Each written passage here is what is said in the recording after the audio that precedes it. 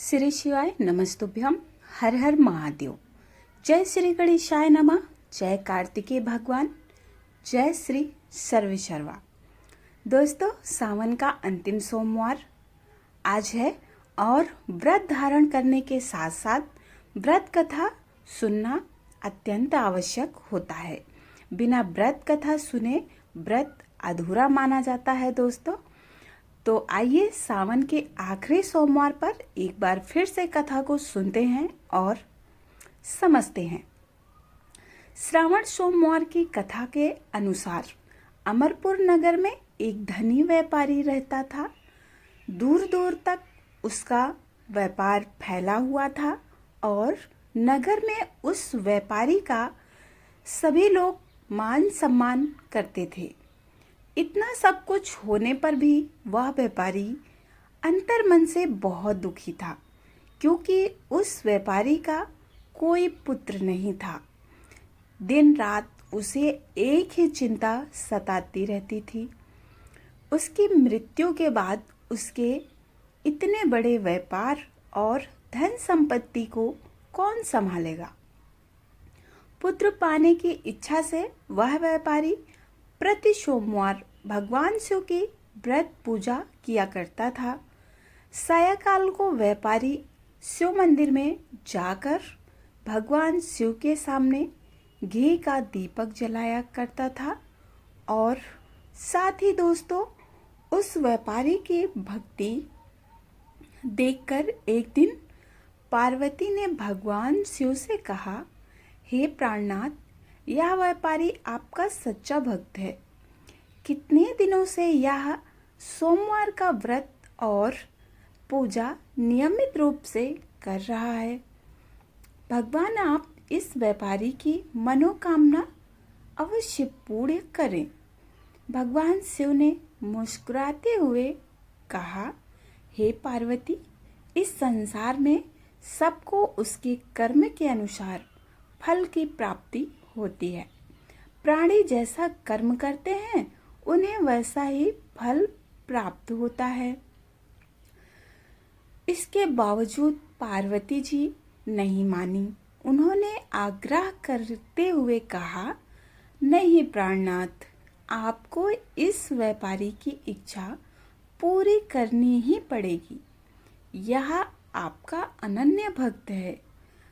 प्रति सोमवार आपका विधिवत व्रत रखता है और पूजा अर्चना के बाद आपको भोग लगाकर एक समय भोजन ग्रहण करता है।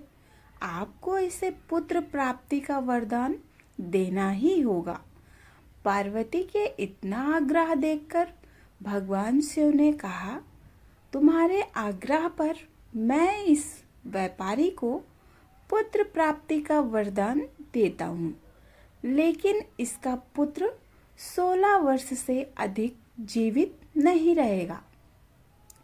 उसी रात भगवान शिव ने स्वप्न में उस व्यापारी को दर्शन देकर उसे पुत्र प्राप्ति का वरदान दिया और उसके पुत्र के 16 वर्ष तक जीवित रहने की बात भी बताई।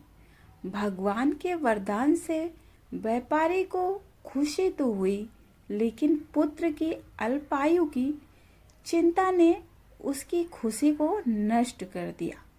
व्यापारी पहले ही की तरह सोमवार का विधिवत व्रत करता रहा। कुछ महीने पश्चात उसके घर में अति सुंदर पुत्र उत्पन्न हुआ। पुत्र जन्म से व्यापारी के घर में खुशियां भर गईं। बहुत धूमधाम से पुत्र जन्म का समारोह मनाया गया। साथ ही व्यापारी को पुत्र जन्म की अधिक खुशी नहीं हुई, क्योंकि उसे पुत्र की अल्पायु के रहस्य का पता था। यह रहस्य घर में किसी को नहीं मालूम था। विद्वान ब्राह्मणों ने उस पुत्र का नाम अमर रखा। जब अमर 12 वर्ष का हुआ तो शिक्षा के लिए उसे वाराणसी भेजने का निश्चय हुआ। व्यापारी ने अमर के मामा दीपचंद को बुलाया और कहा कि अमर को शिक्षा प्राप्त करने के लिए वाराणसी छोड़ आओ। अमर अपने मामा के साथ शिक्षा प्राप्त करने के लिए चल दिया। रास्ते में जहाँ भी अमर और दीपचंद्र रात्रि को विश्राम के लिए ठहरते, वहीं यज्ञ करते और ब्राह्मणों को भोजन कराते थे। लंबी यात्रा के बाद अमर और दीपचंद एक नगर में पहुंचे। उस नगर के राजा की कन्या के विवाह की खुशी में पूरे नगर को सजाया गया था।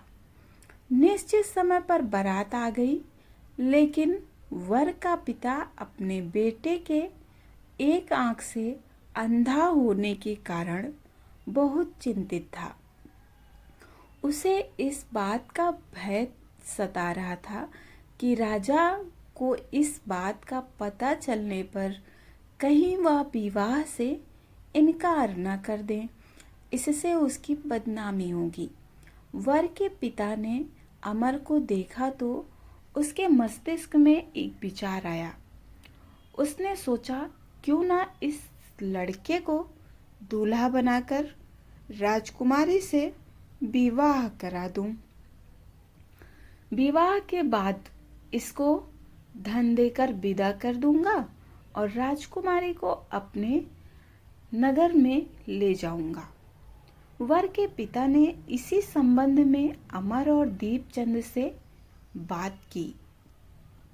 दीपचंद ने धन मिलने के लालच में वर के पिता की बात स्वीकार कर ली। अमर को दूल्हे के वस्त्र पहनाकर राजकुमारी चंद्रिका से विवाह करा दिया गया। राजा ने बहुत सा धन देकर राजकुमारी को विदा किया और साथ ही दोस्तों, अमर जब लौट रहा था तो सच नहीं छिपा सका और उसने राजकुमारी की ओढ़नी पर लिख दिया, राजकुमारी चंद्रिका, तुम्हारा विवाह मेरे साथ हुआ था और मैं तो वाराणसी में शिक्षा प्राप्त करने जा रहा हूँ।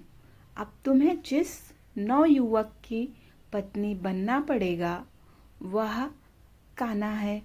जब राजकुमारी ने अपनी ओढ़नी पर लिखा हुआ पढ़ा तो उसने अंधे लड़के के साथ जाने से इनकार कर दिया। राजा ने सब बातें जानकर राजकुमारी को महल में रख लिया। उधर अमर अपने मामा दीपचंद के साथ वाराणसी पहुंच गया। अमर ने गुरुकुल में पढ़ना शुरू कर दिया दोस्तों, और साथ ही जब अमर की आयु 16 वर्ष पूरी हुई तो उसने एक यज्ञ किया और यज्ञ की समाप्ति पर ब्राह्मणों को भोजन कराया और खूब अन्न वस्त्र दान किए। रात को अमर अपने शयन कक्ष में सो गया। शिव के वरदान के अनुसार शयनावस्था में ही अमर के प्राण पखेरु उड़ गए। सूर्योदय पर मामा अमर को मृत देखकर रोने पीटने लगा। आसपास के लोग भी एकत्र होकर दुख प्रकट करने लगे।